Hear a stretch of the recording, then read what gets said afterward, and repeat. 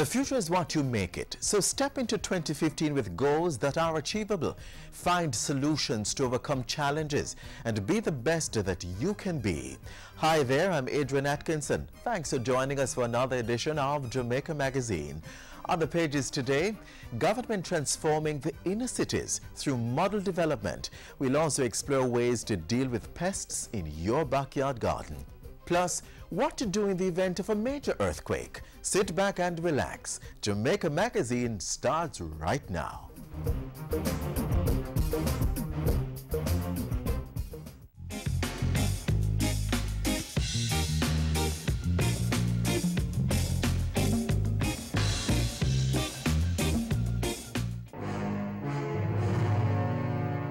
Chikungunya is a viral infection transmitted when an Aedes aegypti mosquito bites an infected person and then bites someone else. Symptoms include high fever, headache, joint pain, muscle pain, and rash. If you suspect that you've been infected, take paracetamol such as Panadol, Cetamol, and Tylenol. Infants, children under 5 years old, pregnant women, the elderly, persons with sickle cell, and chronic illnesses such as diabetes and cardiovascular disease are at risk for more severe symptoms and must see a doctor for proper evaluation and monitoring. Fortunately, most cases of CHIKV are mild, but if your symptoms worsen, you need to see a doctor. For more info, call 1-888-1-LOVE from 8:30 a.m. to 4:30 p.m. That number again, 1-888-663-5683. The government is empowering many Jamaicans to achieve a better quality of life through its social inclusion policy. It's part of its strategic priority for achieving growth and development. One aspect of that approach involves providing affordable housing. More on that in this next feature. A whole new world, a new fantastic point of view. As the youngest recipient of one of these homes, it is quite a difficult task to fully articulate the significance of this achievement. This is an opportunity for me and my family to improve our life. At the tender age of 22, Shanika Thompson is living the dream of most Jamaicans, home ownership. Thompson and 47 other residents of Majesty Gardens in St. Andrew have now joined a growing number of low-income earners getting keys to a place called home. The dream fulfilled was made possible by the newly remodeled inner city housing project undertaken by the National Housing Trust. The houses were handed over during a recent ceremony, and plans are far advanced to deliver even more houses to communities along Spanish Town Road. Getting a key to your home is not just a matter of gaining access to a certain space or to certain facilities.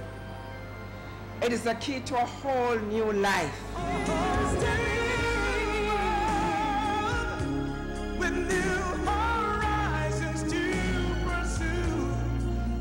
This is the new face of the inner city. 16 3-bedroom and 32 2-bedroom apartments, all enclosed in a gated community with all the perks attached. When we hand over these units today, we will be handing over more than 4 walls. What we will be doing is opening doors to new opportunities. That will make Majesty Garden be truly majestic. With some 1,200 families assisted along the Spanish Town Road corridor, there's a push to provide more houses to Jamaica's poor. We are seeking to provide good, decent housing, and we are doing so as much as we can to make it affordable. The goal is to empower citizens to be the best versions of themselves. You too have a place in the society. You are valuable Jamaicans. You too deserve decent housing, and more importantly, you too have a part to play in the advancement and development of our country. And when residents' lives improve, communities improve, as there are more effective governance structures, internal dispute resolution, and even greater civic pride seen in residents. So nice, I got you. Let me kiss them, go comfortable in this one. So I tell them I feel good. Understand? For the long work I put on over the years and contribute towards just get a key, a place called home. I I will no longer be afraid or embarrassed to invite a friend to visit because I'm terrified they might ask, can I use your restroom? Or simply do not want them to know where I live. It's better to pay some mortgage than pay rent. But one of my greatest joy and moment is for the kids them. I'm happy to get at home, but for the benefit of the kids. And I am so happy, I'm so excited. Trust me, I couldn't ask some more. God is good. So good! So good! When I hear my name called, I'm so excited. And my kids them too excited and feel good about it. So I'm going to have them new home, them inside bathroom, everything nice. I thank it, and I thank my workplace because without a job, I wouldn't own a house.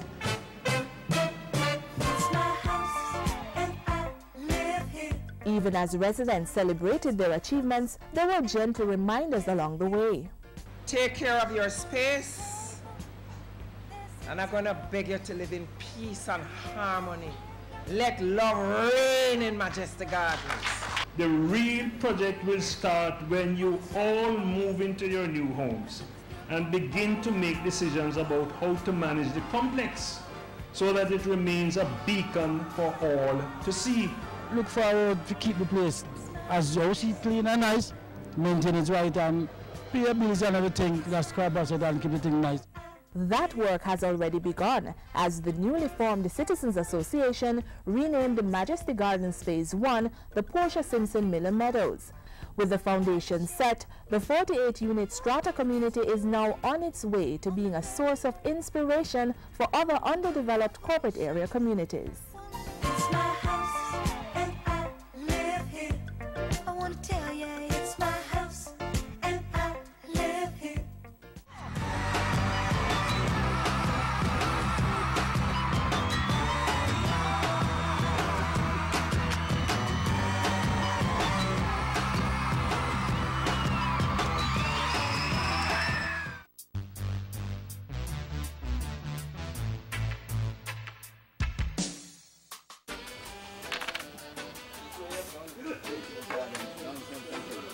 God, you know, I didn't want to ask you this question a long time. Do you have a JADEP card? You know, if you have a JADEP card, it can save lots of money when you go to the pharmacy. Man, certainly, man. I have my own JADEP card, man. I've had it for quite some time now. That's helped me tremendously with my health condition. That's nice. Senior citizens on the Jamaica Drug for the Elderly program. Take your card to participating government or private pharmacies that display the JADEP sign. Then collect your monthly supply of approved drugs for the chronic illnesses covered by the program.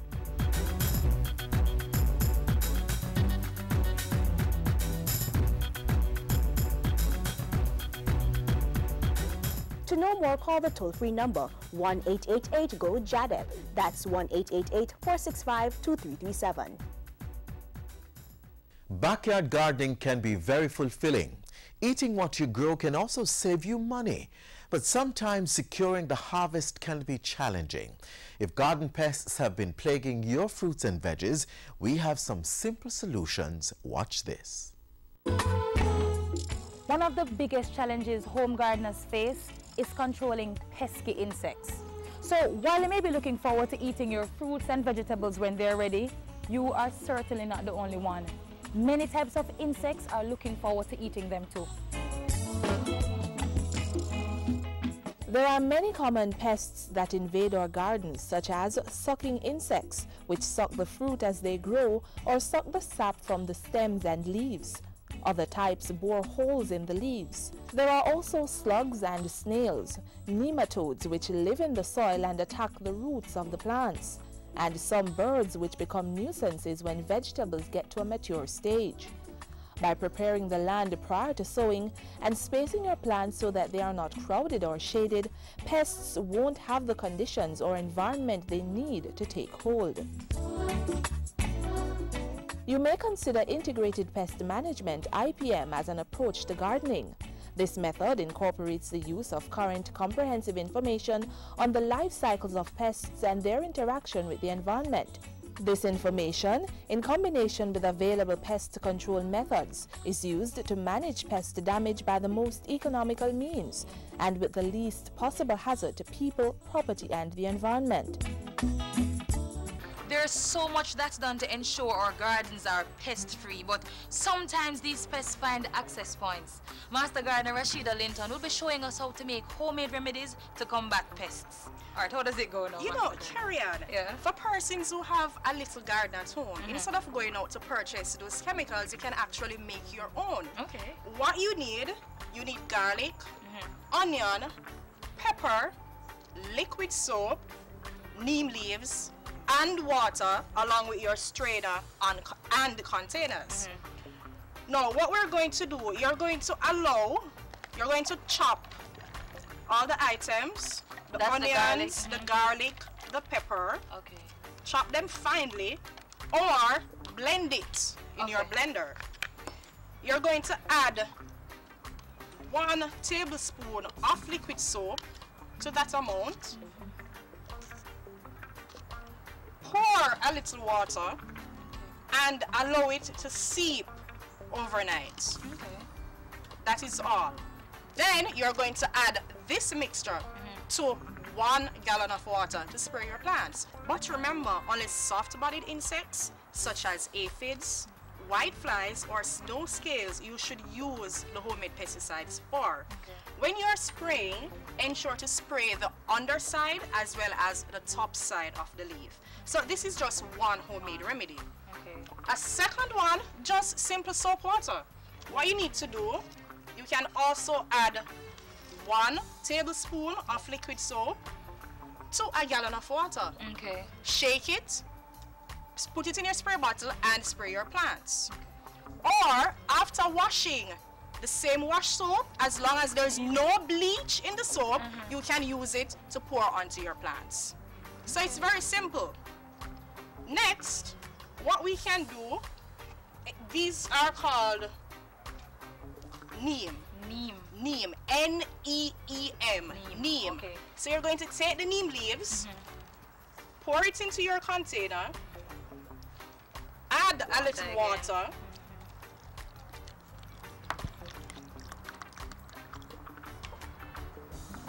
allow this to seep overnight. Okay. Then you're going to use your strainer, strain it into your container, then add that mixture to a gallon of water and spray your plants as well. Okay, simple stuff. They're very simple. Master Gardener Linton, is there a particular time that you actually spray the plants though? Yes, since it's organic, we prefer you to spray early in the morning when the wind is relatively low. Okay, early morning. Early. All right, simple stuff. There are a few other pest control tips and homemade things you can use. Ashes, which can be sprinkled onto the soil to deter slugs and snails. Eggshells, which when crushed and circled around your plant, deter slugs and snails from feasting. These slimy creatures don't like to cross over the sharpness of crushed eggshells. If you don't want to save up all your eggshells, there's another alternative: bear. Yes, bear. Apparently, snails love the sweet, sour and yeasty smell of bear. All you need is a large plastic bottle about 12 inches high. Cut the container in two, about 1/4 inch from the top, so that the container is at least 8 inches deep. Dig a hole in the center of your raised bed and set in the container so that the sides are level with the top of the soil. Then, fill the container halfway with bear and leave it. The slugs and snail will be drawn to the bear, drop in, and they won't be able to climb out. They'll drown, but at least they'll drown happy. By being pest-wise, you'll soon have a lush garden with fruits and vegetables ready for you to pick and eat. But you must remember to pick them at the right time, because if they stay too long, they'll decay. And if you pick them when they're too young, their post-harvest life will be limited. Excess moisture will cause your crop to decay, so avoid reaping when there is heavy dew and in the rain. If you wash them to get rid of any soil, make sure you dry them thoroughly before putting them away. Refrigeration will help vegetables to last longer as well, but some fruits and vegetables like tomatoes should not be refrigerated. Most root crops like garlic can last for some time outside of the refrigerator. Avoid putting any of your fruits and veggies in plastic bags in the fridge. They need to stay as ventilated as possible. The best way to maximize the quality and nutrition of the vegetables you grow is to cook and eat them as soon as possible after picking. Food is of utmost importance because it provides the body with nutrients. These nutrients are necessary because they help with the repair, growth, maintenance, and development of our bodies. So you see, having a backyard garden is a sure way of ensuring you eat properly grown food, save money, and reduce food wastage. Backyard living, not bad at all.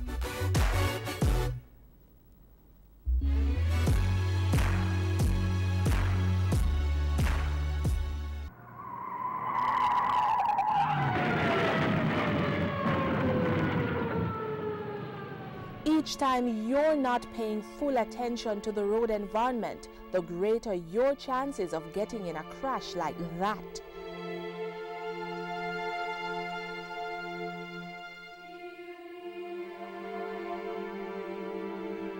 Plan routes to avoid focusing on GPS systems, prevent children from roaming in motor vehicles, turn down the volume of car stereo systems, pull off the roadway if you have to use mobile devices, do not read, watch television or eat while driving, avoid multitasking, and keep conversations with other passengers to a minimum.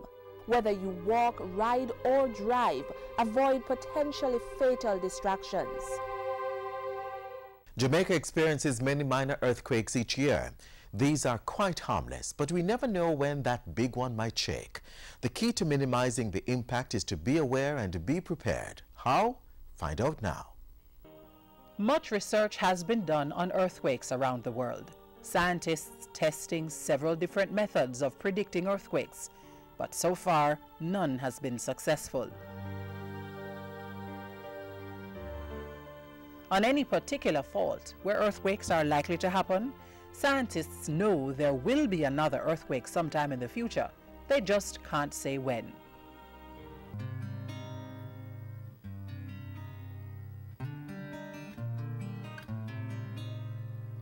Earthquakes happen when two blocks of the earth suddenly slip past one another. The surface where they slip is called a fault or fault plane. The location below the Earth's surface where the earthquake starts is called the hypocenter, and the location directly above it on the surface of the Earth is called the epicenter.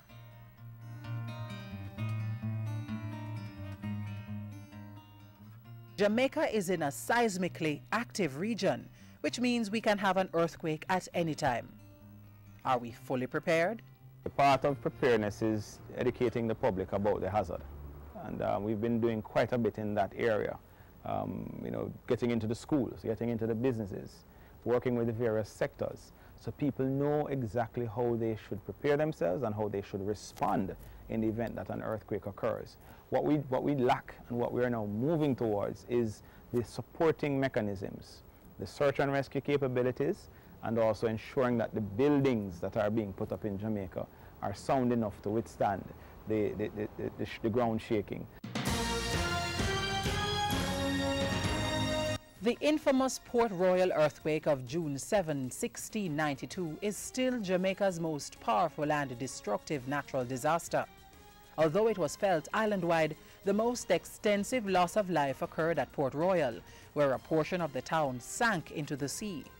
At least 2,000 people died and 3,000 buildings destroyed. Another major quake that had a devastating effect on Jamaica was the Great Kingston Quake of January 14, 1907. 1,000 persons died and some 9,000 people left homeless. In this century, Haiti was hit by a powerful 7.0 magnitude earthquake on January 12, 2010, which almost leveled the capital, Port-au-Prince. An estimated 200,000 people died and about 2 million left homeless. Across the entire Caribbean, we've learned lessons from not just Haiti, but from Chile. You know, we recognize that where the codes have been applied in the context of Chile, buildings stood up and were more resilient, even the hospital infrastructure. And I think that's something that we have taken away from both Haiti and Chile. In the context of Haiti, we saw where weaker building practices, weaker material, poor building practices led to mass destruction and mass losses. We've also learned quite a lot from how we manage the response. You know, where we've established a plan and we've been working on it. You know, what we saw in Haiti really has validated the way we have gone about our business in terms of training up the community persons, training up our local actors, because they are the first line of response.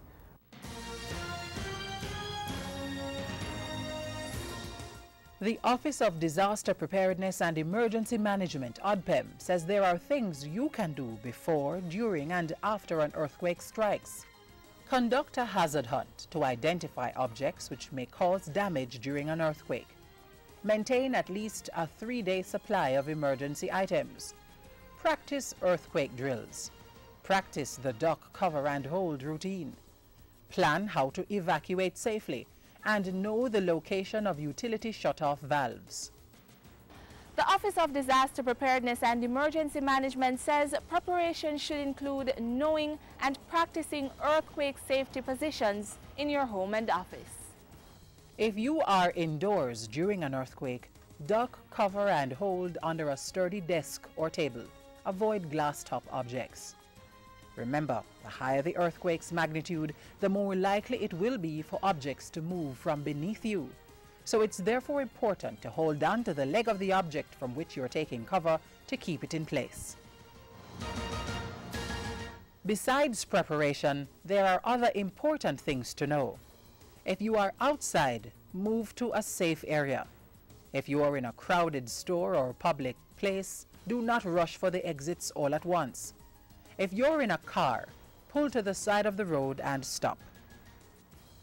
After the earthquake, you must evacuate the building immediately.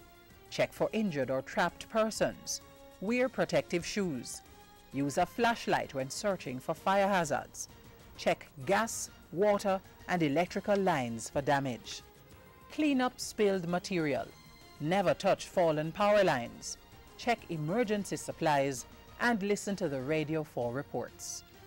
Planning can significantly reduce the level of confusion that could happen during a disaster.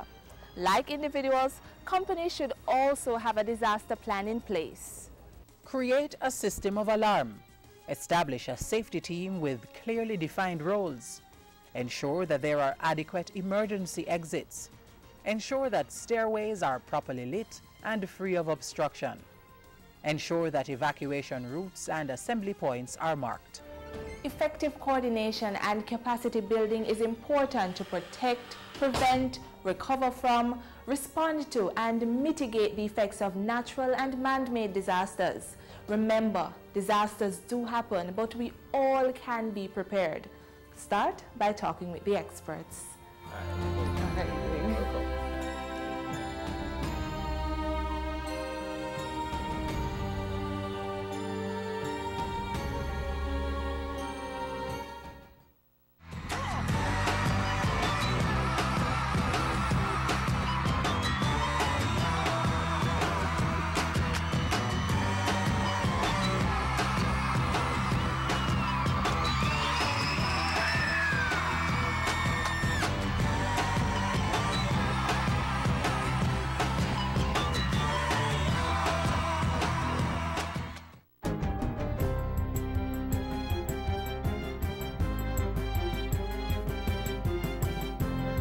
Hello, I'm Arroyo Eubanks with your JIS News of the Week.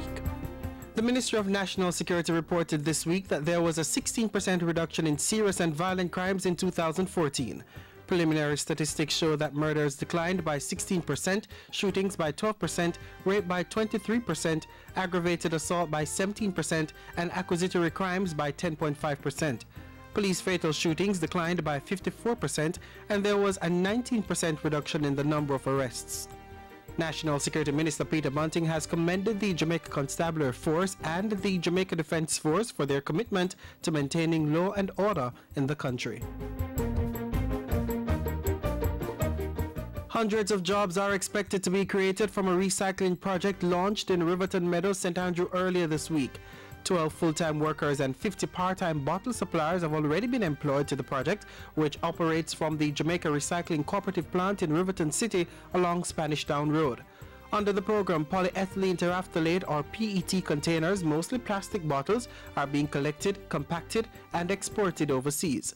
Local Government Minister Noel Arscott said the project would not only generate revenue and provide jobs, but would also underscore the importance of recycling and protecting the environment.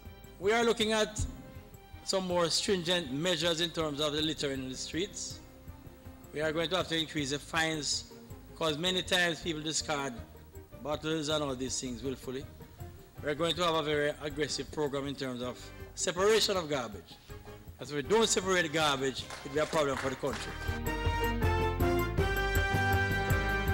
As of January 1, self-employed persons began using the new SO4 form to file their annual tax returns for 2014 as well as the estimated return for 2015. Both are due on or before March 15. The single form can now be used to pay income and education taxes as well as the NHD and NIS contributions of self-employed persons. The new SO4 form is another of government's measures to make it easier for persons to do business in Jamaica.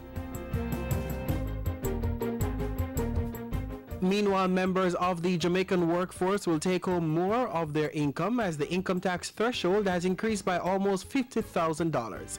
Tax Administration Jamaica TAJ announced this week that tax-free income would move to $557,232 per annum, up from $507,312. This means that the tax-free portion of income now stands at roughly $10,700 per week, $21,400 for fortnightly paid workers, and $46,400 for those who get a monthly paycheck. And more than 10 communities served by the Ulster Spring Health Centre in South Trelawney have been benefiting from improved health services. Refurbished at a cost of $9 million, the centre now boasts an expanded dental department, dressing and treatment area, as well as a new sewage treatment plant. Speaking at the opening ceremony, Health Minister Dr. Fenton Ferguson said the centre was part of government's vision for primary health care and was aimed at reducing the burden on the hospitals. The vision for Ulster Spring Health Centre is one which at least must be a center of excellence. And therefore, what has started is part of a process to be continued. And Jamaica now has its first organic bamboo charcoal factory located in Pembroke Hall, St. Mary.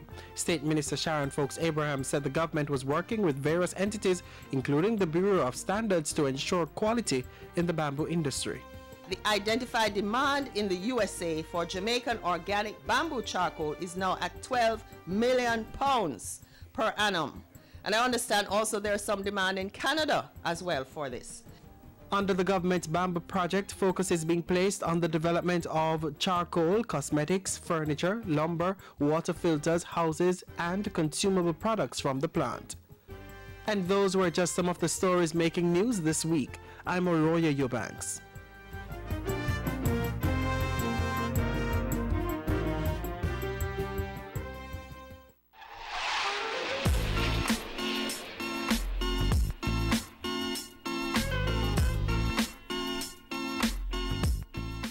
And that brings us to the end of today's edition of Jamaica Magazine. We value your feedback, so keep the link. Tell us what you thought of the show. Send an email to jamaicamagazine@jis.gov.jm or hit us up on Twitter @JISNews. Also, click on our website, jis.gov.jm, for the very latest government information. Until next time, I'm Adrian Atkinson. Walk good.